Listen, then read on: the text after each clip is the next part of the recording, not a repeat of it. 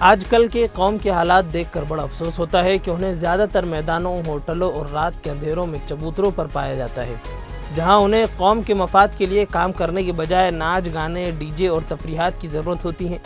اگر آپ عام خاص میدان میں کوئی کھیل یا تفریح کا پروگرام رکھ لیں تو یہ قوم رات بھر بیٹھے گی، اور اگر کھانے پینے کا اسٹال لگا دیں تو وہ تفریح کے بہانے آ بھی جائیں گے۔ یہ حقیقت ہے کہ آج کے دور میں قوم کو صرف وہ چیزیں متوجہ کرتی ہیں جہاں انہیں کھانے پینے یا تفریح کی سہولت مل جاتی ہے۔ بڑے بڑے یونٹس میں بھی اس طرح کی کامیاب پروگرام منعقد ہوتے ہیں کیونکہ وہاں فوڈ اسٹالز اور تفریح کا اہتمام ہوتا ہے۔ وہ قوم کو بیدار کرنے کی ضرورت ہے، ورنہ اگر احتجاج یا دھرنوں میں بھی کھانے پینے اور ناچ گانے کا انتظام کر دیا جائے تو شاید وہاں بھی جمع ہو جائیں گے۔ بڑی افسوسناک حالت ہے۔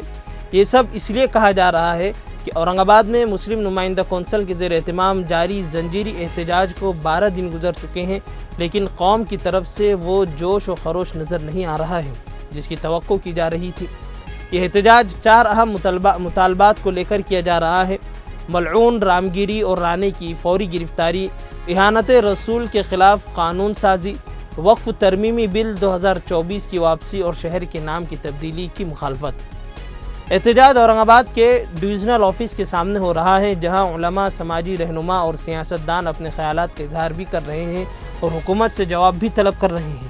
لیکن افسوس اس بات کا ہے کہ اورنگ آباد کے نوجوان اس دھرنے میں اس طرح شرکت نہیں کر رہے ہیں جیسے انہیں کرنی چاہیے۔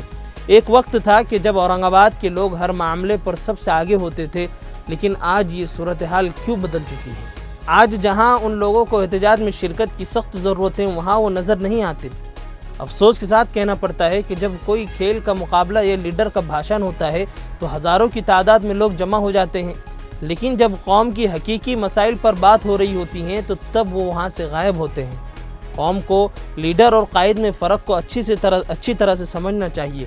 لیڈر وہ ہوتا ہے جو موقع پرست ہوتا ہے اور اپنی باتوں میں قوم کو ملوث کرتا ہے، چاہے وہ بات صحیح ہو یا غلط۔ لیڈر وہی بات کرتا ہے جو قوم سننا چاہتی ہیں اور عوام اس کے پیچھے بھاگتی ہیں کیونکہ ان کے جذبات سے کھیلا جاتا ہے۔ لیڈر کے بارے میں کہاوت ہے، چلو تم ادھر کو ہوا جدھر کی ہو، یعنی وہ عوام کے مزاج کو دیکھتے ہیں اور انہیں وہی سناتا ہے جو وہ سننا چاہتے ہیں، چاہے وہ ان کی بہتری کے لیے نہ ہو۔ لیکن قائد کا کام ہے قوم کو صحیح راستے پر لانا۔ قائد ہمیشہ حق کی بات کرتا ہے، چاہے لوگ اس کی مخالفت ہی کیوں نہ کریں۔ وہ عوام کی غلطیوں پر ٹوکتا ہے اور انہیں بہتر راستہ دکھاتا ہے، جس کی وجہ سے اسے گالیاں اور تنقید کا سامنا بھی کرنا پڑتا ہے۔ آج کا نوجوان اپنی سیاسی مصروفیات میں محسامت ہو کر حقیقی مسائل کو نظر انداز کر رہا ہے اور وہ سیاست دانوں کے جھوٹے وعدوں کے پیچھے بھاگ رہا ہے، جبکہ اصل میں قوم کی فلاح و بہبود کے لیے قائدین کا ساتھ دینا ضروری ہے۔ آج زنجیری احتجاج میں شرکت کرنا ہر مسلمان کے لیے ازحد ضروری ہے، کیونکہ یہ احتجاج صرف ایک دھرنا نہیں ہے بلکہ قوم کے حقوق کی جنگ ہے۔ قوم کے نوجوانوں سے درخواست ہے کہ وہ اپنے قائدین کی آواز پر لبیک کہیں اور زنجیری احتجاج کو کامیاب بنائیں۔ اگر آج ہم نے اپنے حقوق کے لیے آواز نہیں اٹھائی تو یاد رکھنا کل کو ہماری آواز سننے والا کوئی نہیں ہوگا۔ ایک آخری اپیل کے طور پر آپ لوگوں سے گزارش ہے کہ رات 8 بجے کے بعد کم از کم تھوڑا سا وقت دھرنے میں دیں اور زندہ قوم ہونے کا ثبوت دیں۔